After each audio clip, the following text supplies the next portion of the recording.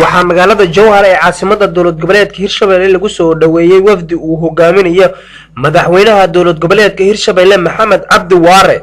madaxweynaha ayaa markii uu soo gaaray garoonka diyaaradaha magaalada Jowhar ayaa si diiran waxa uu soo dhaweeyay madaxweyne ku-xigeenka dowlad goboleedka Hirshabelle, xildhibaano, wasiiro ka tirsan dowlad goboleedka Hirshabelle iyo ardayda dhigata iskuulada ku yaala magaalada Jowhar ee caasimada dowlad goboleedka Hirshabelle ururka haweenka. madaxweynaha ayaa markii uu soo gaaray hoygii uu ka deganaa magaalada Jowhar ee caasimada dowlad goboleedka Hirshabelle ayaa waxaa warbaahinta la hadlay ku-xigeenada baarlamaanka dowlad goboleedka Hirshabelle iyo madaxweyne ku-xigeenka dowlad goboleedka Hirshabelle waxa ayna ka hadleen safarka madaxweynaha. dhanka kale waxa ay tacsi tiiraanyo u direen qaraxii ka dhacay shalay magaalada Muqdisho ee caasimada dalka Soomaaliya, waxayna eeba ugu baryeen dhammaan intii ku geeriyootay naxariistii janno uu siiyo, intii ku dhaawacantayna ilaahay caafimaad taama uu siiyo.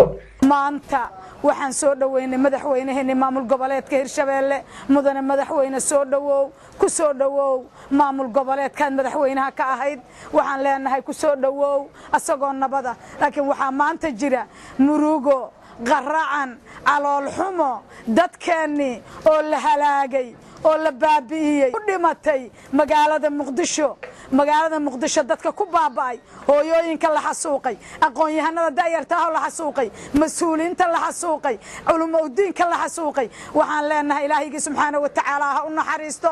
Ilaahay waxaan leeyahay inta dhaawaca Ilaahay waxaan uga baryaynaa inuu dhaawaca ka fujiyo, inay caafimaad Ilaahay siiyo.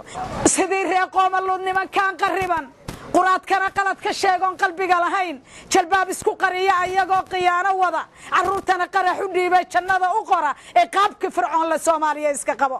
hooyada hurdi wayda hulibkeedu haad ku cunay, hoygay deganayna shisheeye harsanayaan, kuwii horaadkeeda nuugay hubka u sitaan, harista gooyeen iyo araxday ku hayn jireen inaan duco laga helay waa baal maanta. mudane Maxamed Cabdi Waare ku soo dhawow magaalada madaxdaadii halkaadii goobtaadii.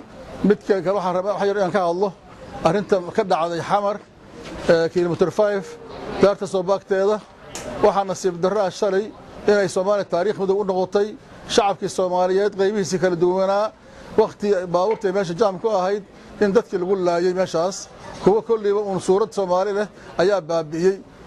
ayagana waxaan leenahay Ilaahay waxay dhintay samari baa naga sii dadkii dhintay inta nool hadda dhibaatada gaartayna Ilaahay habbuskiya leenahay.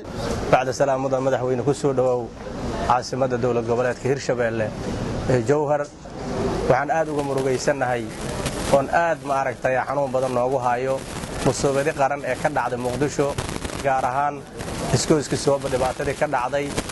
waa dhibaato aan dhihi karno waa dhibaato qaran, waa musiibo qaran, waa maalin mugdiya, waa maalin madow ee qof kasta Soomaaliya ay dareemayso tiiraanyo iyo murugo ay dareemayso. waxaan leenahay cid kasta ku dhimatay Ilaahay ha u naxariisto. xaq dar ayaa lagu dilay iyagoo adduunyadooda haysto, qof waliba qof cibaado u socotay, qof maslaxadeeda gaar u socota ayaa la baabi'iyay si xaq darraha lagu laayay. waxaan leenahay Ilaahay ha u naxariisto intii ku dhimatay, intii ku dhaawacantayna gardarra lagu dhaawacay. Ilaahu adigu ma aragtay caafimaad degdeg siiyaan leenahay. waxaa ugu dambeyn ka hadlay madaxweynaha dowlad goboleedka Hirshabelle Maxamed Cabdi Waare isaga oo si diiran uga taxsiyeeyay qaraxii shalay dad badan ay ku dhamaadeen oo ka dhacay magaalada Muqdisho qaasatan isgooska Soobe. aad bii ka mahadcelinaa shaqooyintii ayada lahayd oo aad ugu soo dhaweyseen. waxaan ku jirnaa runtii oo warkeenu isla qabala yahay dhibaatada murugada leh oo ka dhacday Xamar isgooska Soobe oo runtii anigu indhayga aan ku soo arkay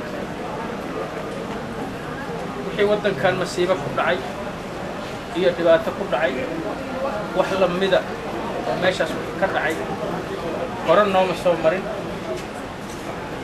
tul la mida iyo tukoweyn Ilaahay naga haayo. waxaan aad uga xumahay dadka abriyaada oo waxba galabsan oo meeshaas lagu xasuuqay oo qof walba noloshiisa la liicliicay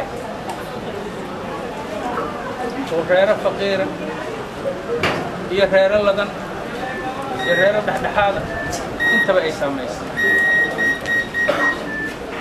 dadkii dhintay Allah u naxariisto. ayaga Ilaahay ayagoo shaadaa oobsaday ayaga ugu dhib yar maxamed yaasiin mahdi maxamed alfa warbaahinta Juba Shabeelle News magaalada Jowhar.